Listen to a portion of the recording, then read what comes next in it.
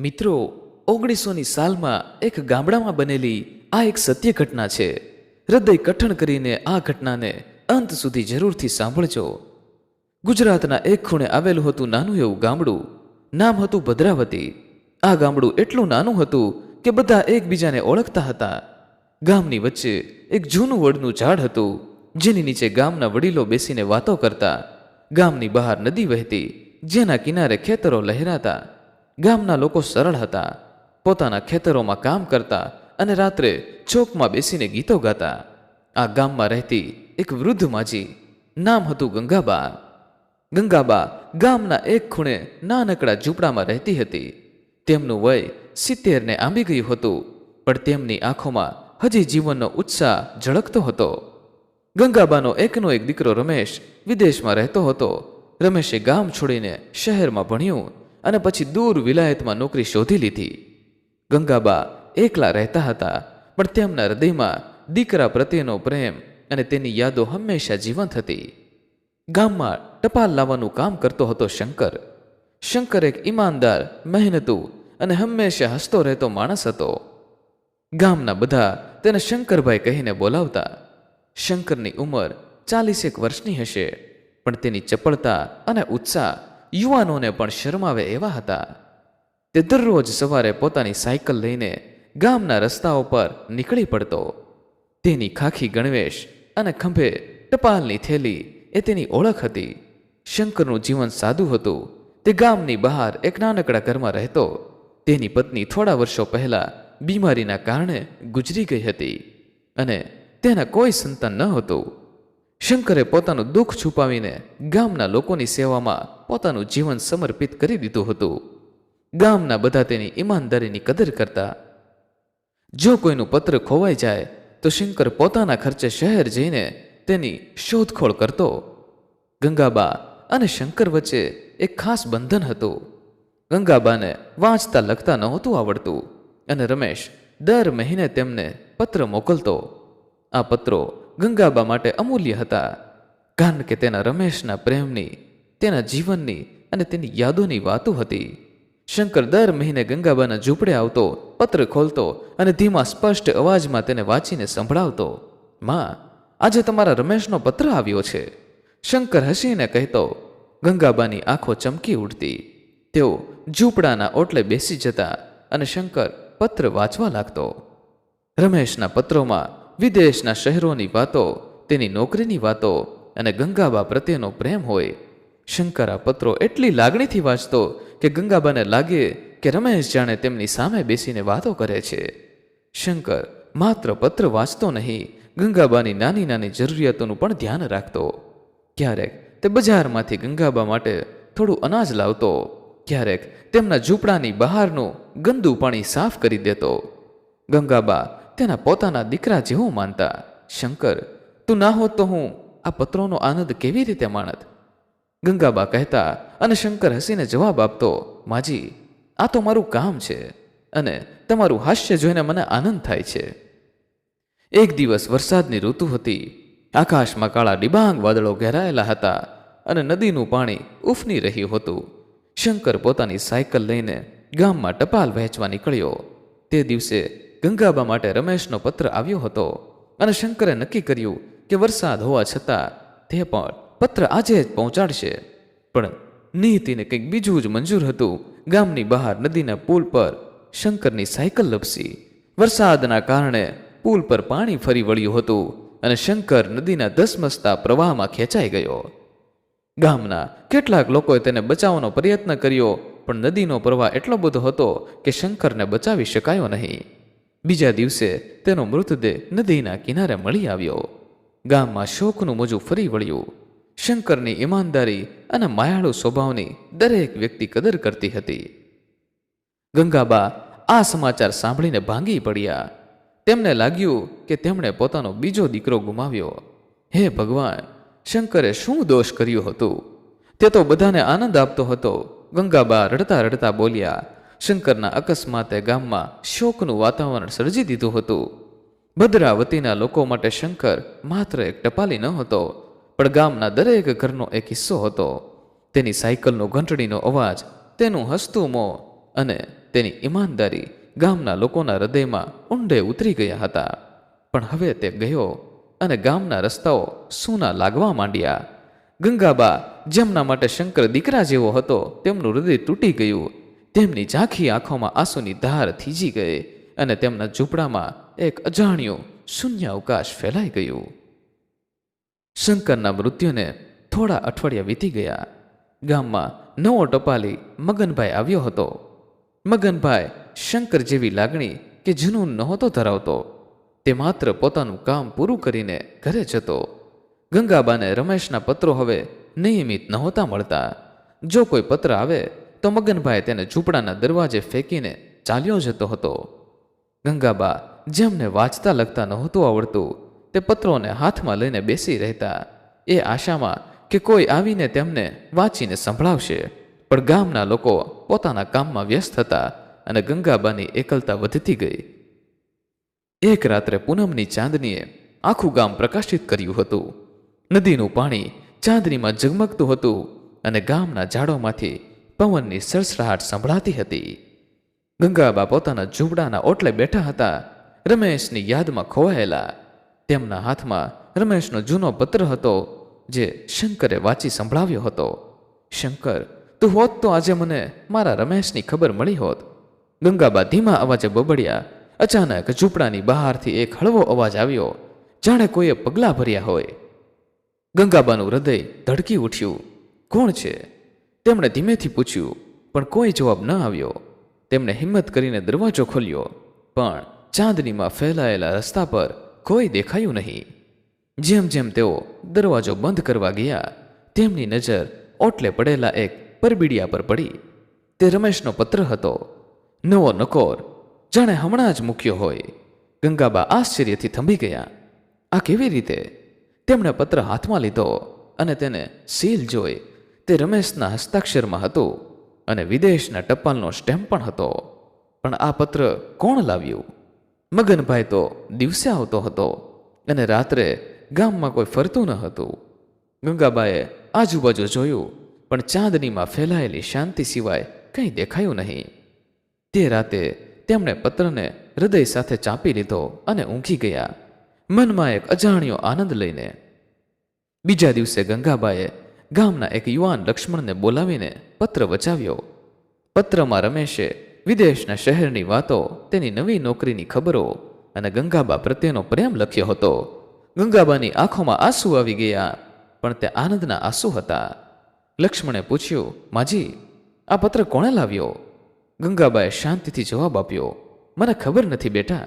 રાતે ઓટલે મળ્યો. લક્ષ્મણને આ વાત વિચિત્ર લાગી.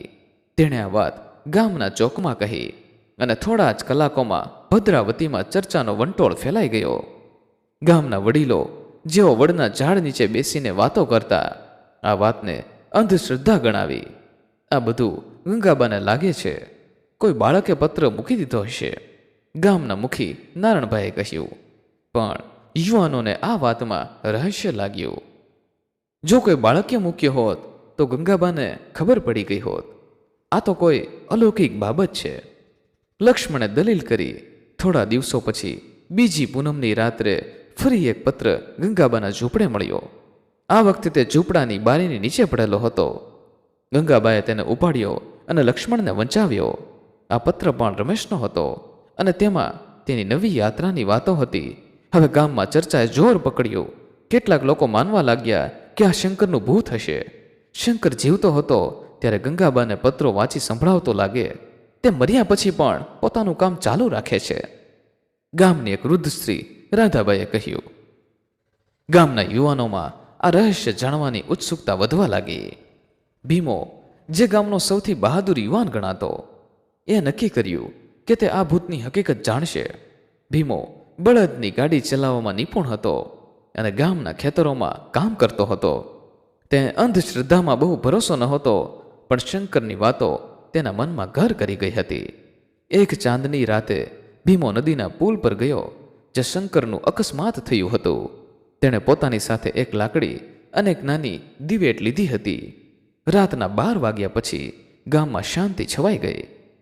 નદીના પાણીનો હળવો અવાજ અને ઝાડોમાંથી આવતો પવનનો સૂર એક વિચિત્ર વાતાવરણ રચી રહ્યા હતા. ભીમો પુલની વચ્ચે ઊભો રહ્યો.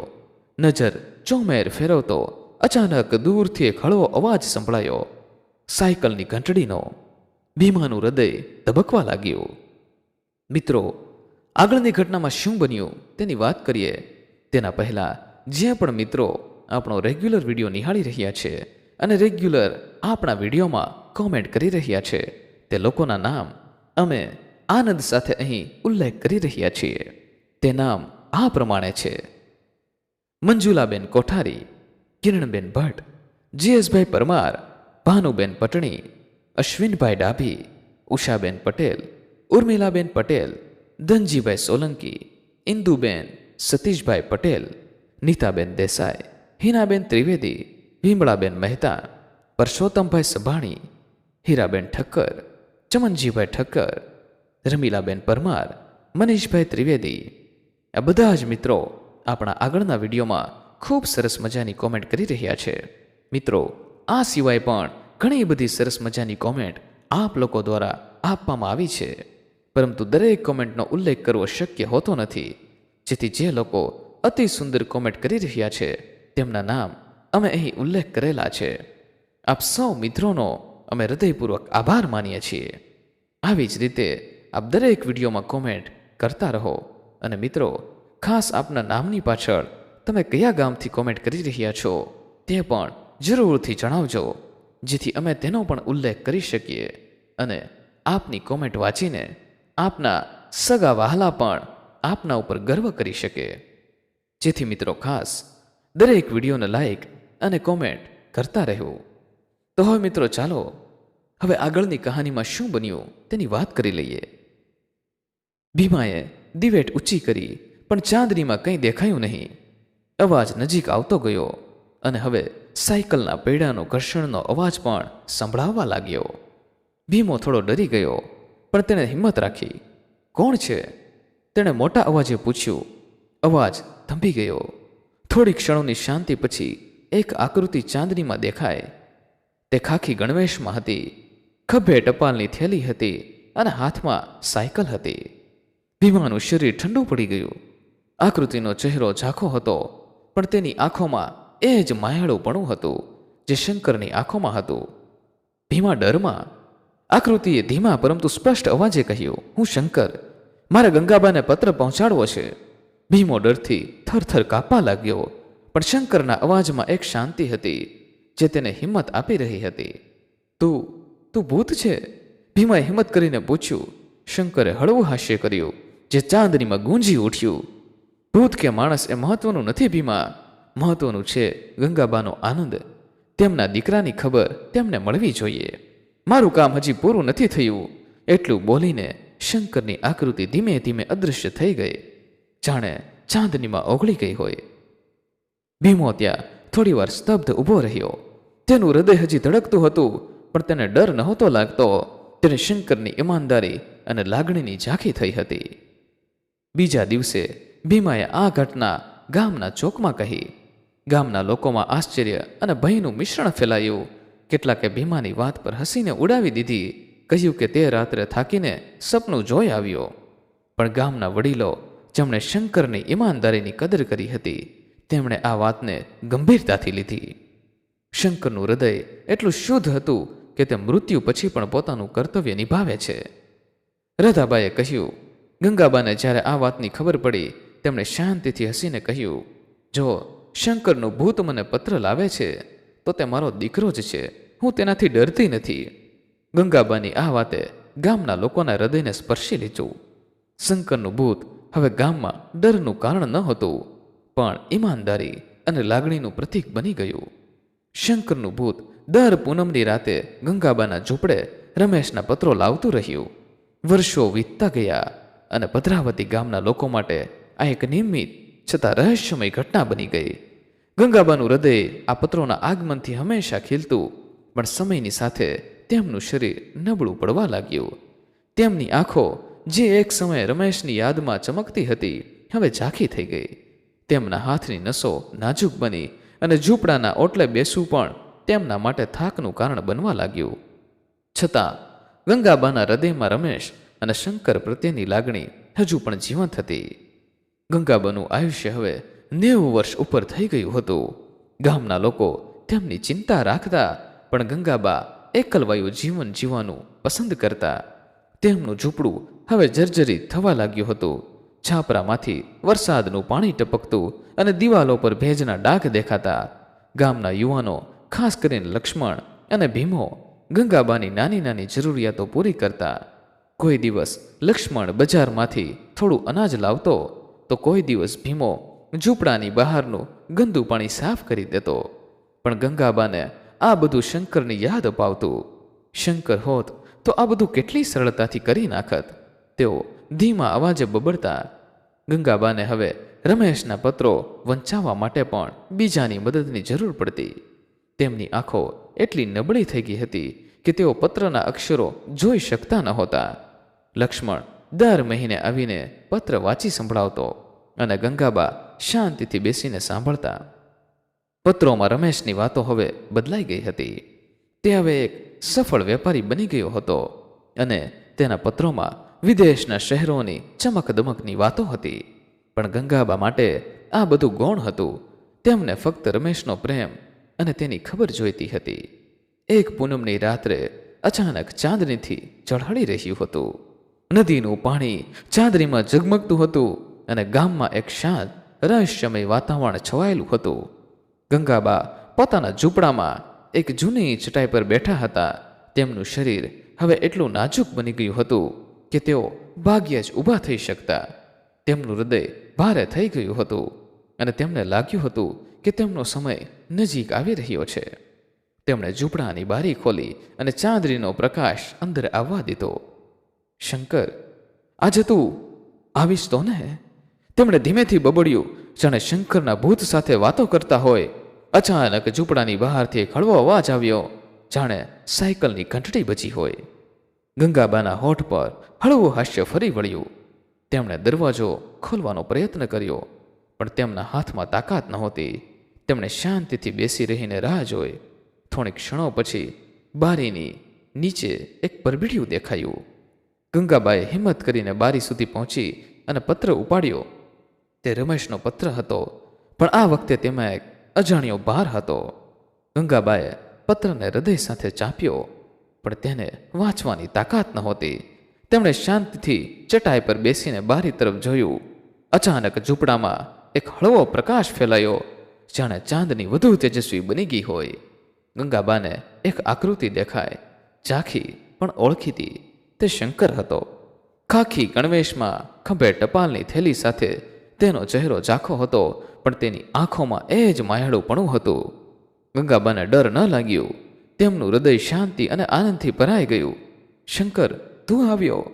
તેમણે ધીમા અવાજે પૂછ્યું. શંકરની આકૃતિ હળવું હસી. માજી, હું હંમેશા તમારી સાથે હતો. આજે મેં પત્ર નથી લાવ્યો, કારણ કે હવે રમેશ પોતે તમારી પાસે આવશે. તેનો અવાજ એટલો હળવો હતો કે લાગતું હતું જાણે ચાંદનીમાંથી આવે છે. હવે તમે આરામ કરો માજી, તમે એકલા નથી.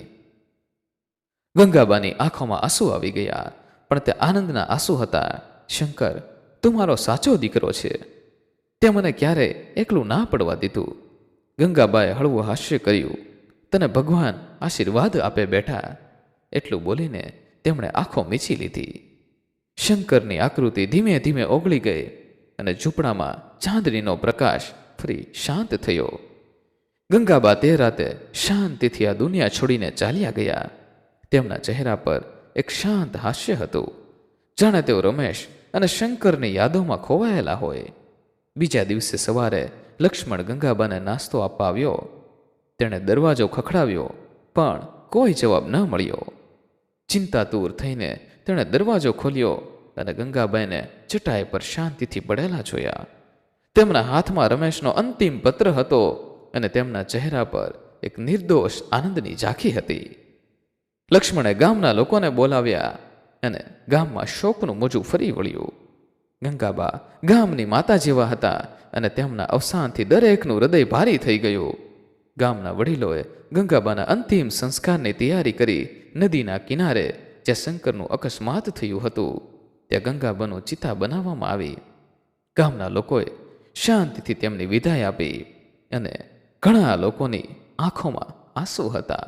ગંગાબા હવે શંકર સાથે છે, બંને શાંતિમાં હશે, રાધાબાઈએ ધીમેથી કહ્યું અને ગામના લોકોએ આ વાતમાં સંતોષ માન્યો.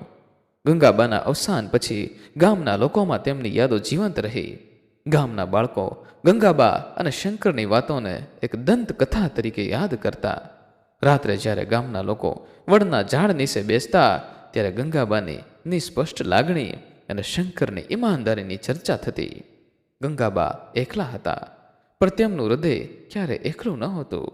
શંકરે તેમનો આનંદ જાળવી રાખ્યો. દેવજીભાઈએ એક રાત્રે કહ્યું, ગંગાબાના ઝૂંપડાને ગામના લોકોએ સાચવી રાખ્યું. લક્ષ્મણ અને ભીમાએ તેનું નવીનીકરણ કર્યું અને તેને એક નાનું સ્મૃતિ સ્થળ બનાવ્યું. ઝૂંપડાની બહાર એક નાનું વડનું ઝાડ વાવ્યું, જે ગંગાબા અને શંકરની યાદનું પ્રતીક બન્યું. ગામના લોકો આ ઝૂંપડે આવીને ગંગાબાને યાદ કરતા અને ઘણા લોકો માનતા હતા કે ચાંદની રાતે ગંગાબા અને શંકરની હાસ્યની ગૂંજી ઝૂંપડામાં હજુ સંભળાય છે. ગંગાબાના અવસાનના થોડા મહિનાઓ પછી રમેશ ગામમાં પાછો આવ્યો. તેને વિદેશમાં ગંગાબાના મૃત્યુના સમાચાર મળ્યા હતા અને તેનું હૃદય શોકથી ભરાઈ ગયું. તે ગંગાબાના ઝૂંપડે ગયો, જ્યાં તેને તેના બધા પત્રો મળ્યા જે શંકરે વર્ષો સુધી ગંગાબાને પહોંચાડ્યા હતા. રમેશે આ પત્રોને હાથમાં લઈને રડ્યો, કારણ કે તેને ખબર હતી કે આ પત્રો ગંગાબા માટે કેટલા મહત્વના હતા. રમેશે ગામના લોકો પાસેથી શંકરની વાર્તા અને તેના ભૂતની કથા સાંભળી. તેને આશ્ચર્ય થયું, પણ તેના હૃદયમાં શંકર પ્રત્યે ઊંડો આદર જન્મ્યો. શંકરભાઈએ મારી મા માટે જે કર્યું તે હું ક્યારેય ભૂલી શકીશ નહીં. રમેશે ગામના ચોકમાં કહ્યું. તેણે નદીના કિનારે શંકરની યાદમાં એક નાનું સ્મારક બનાવ્યું અને ગંગાબાના ઝૂંપડાને ગામના બાળકો માટે એક નાની શાળા બનાવવાનું નક્કી કર્યું, જેથી ગંગાબાની યાદ જીવંત રહે. મિત્રો, આ એપિસોડ આપને પસંદ આવ્યો હોય તો ખાસ આપણી આ ચેનલને સબસ્ક્રાઇબ કરવાનું ભૂલશો નહીં, જેથી આવી જ સત્ય ઘટના અને સત્ય ઘટના પર આધારિત કહાની આપને સમયસર સાંભળવા મળતી રહે. તેમજ મિત્રો, આ કહાની વિશે આપનું શું કહેવું છે તે પણ આપ અમને કમેન્ટ બોક્સમાં જરૂરથી જણાવજો. ફરી મળીશું મિત્રો કોઈ નવા એપિસોડ સાથે. ખૂબ ખૂબ ધન્યવાદ. જય મા ગાત્રાળ. જય શ્રી કૃષ્ણ.